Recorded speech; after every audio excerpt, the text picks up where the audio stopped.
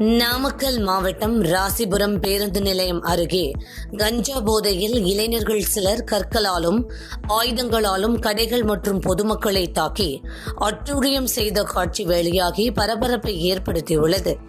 இதனால் அச்சமடைந்த பொதுமக்கள் சம்பவத்தில் ஈடுபட்ட நபர்களை கைது செய்ய வேண்டும் என்றும் சம்பந்தப்பட்ட பகுதிகளில் காவல்துறையினர் ரோந்து பணி மேற்கொள்ள வேண்டும் என்றும் கோரிக்கை வைத்தனர்.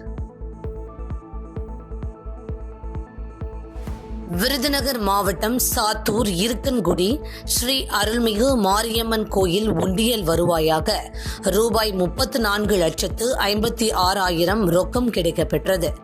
இதேபோன்று 104 கிராம் தங்கம் மற்றும் 1,385 கிராம் வெள்ளி ஆகியவற்றை பக்தர்கள் காணிக்கையாக செலுத்தியுள்ளனர்.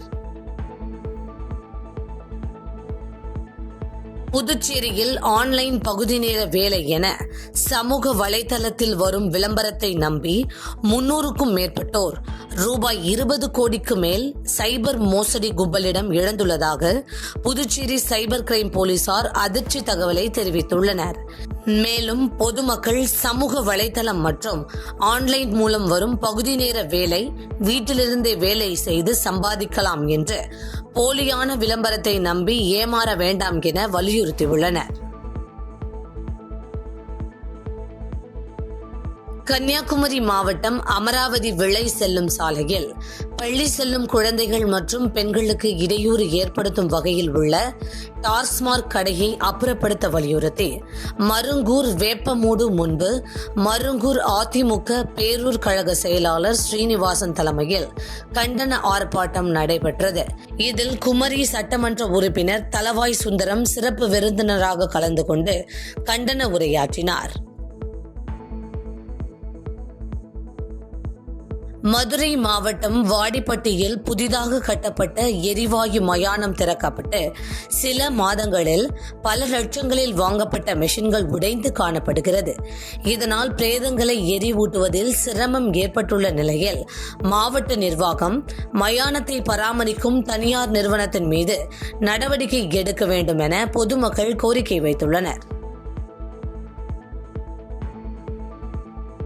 அரியலூர் மாவட்டம் ஜெயங்கொண்டத்தில் அமைந்துள்ள கங்கை கொண்ட சோழபுரம் பிரகதீஸ்வரர் ஆலயத்தில் சிங்கமுக கிணற்றில் மீன்கள் செத்து மிதந்ததால் பரபரப்பு ஏற்பட்டது.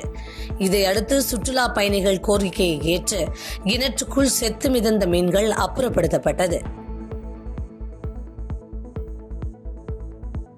காரைக்கால் மாவட்டம் திருப்பட்டினம் பகுதி பசுபதீஸ்வரர் கோயிலில் கடந்த அக்டோபர் 28 உண்டியலை உடைத்து திருடிய 5 பேர் கைது செய்யப்பட்டனர். திருட்டு தொடர்பான சிசிடிவி காட்சிகள் வெளியாகியுள்ள நிலையில் கைதானவர்களிடமிருந்து உண்டியல் மற்றும் 12,450 ரூபாய் ரொக்கம், 3 இருசக்கர வாகனங்கள், 4 கைபேசிகளை போலீசார் பறிமுதல் செய்தனர். கடலூர் மாவட்டம் புவனகிரி பகுதியில் சிதம்பரம் மற்றும் குறிஞ்சிப்பாடி வரை செல்லும் அரசு பேருந்தின் பின்புறத்தில் தொங்கியபடி பள்ளி மாணவர்கள் ஆபத்தான முறையில் பயணம் செய்யும் வீடியோ காட்சி வெளியாகியுள்ளது. பேருந்து பின்புறம் சென்றவர்கள் இதனை வீடியோவாக பதிவு செய்த நிலையில் துறை சார்ந்த அதிகாரிகள் பள்ளி மாணவர்களுக்கு அறிவுரைகளை வழங்க வேண்டும் என சமூக ஆர்வலர்கள் கோரிக்கை வைத்துள்ளனர். மயிலாடுதுறை மாவட்டம் செம்பனார் கோயில் அருகே காளகஸ்தி நாதபுரத்தில் சாலையில் சென்ற கார் ஒன்று ஓட்டுநரின் கட்டுப்பாட்டை இழந்து சாலையோர கடைகள் மற்றும் வாகனங்கள் மீது மோதி விபத்துக்குள்ளானது. இது தொடர்பான சிசிடிவி காட்சி வெளியாகி பரபரப்பை ஏற்படுத்தியுள்ள நிலையில் கார் ஓட்டுநர் சிறு காயங்களுடன் அதிர்ஷ்டவசமாக உயிர் தப்பினார். மயிலாடுதுறை புறவழி சாலைக்கு ரூபாய் 1.75 கோடி அரசு நிதி ஒதுக்கீடு செய்துள்ளதாக மயிலாடுதுறை சட்டமன்ற உறுப்பினர் ராஜகுமார் தெரிவித்தார். மேலும் இந்த புறவழி சாலை அடிக்கல் நாட்டும் விழா வருகின்ற டிசம்பர் மாதம் தமிழக முதல்வரால் நடத்தப்படும் என கூறினார்.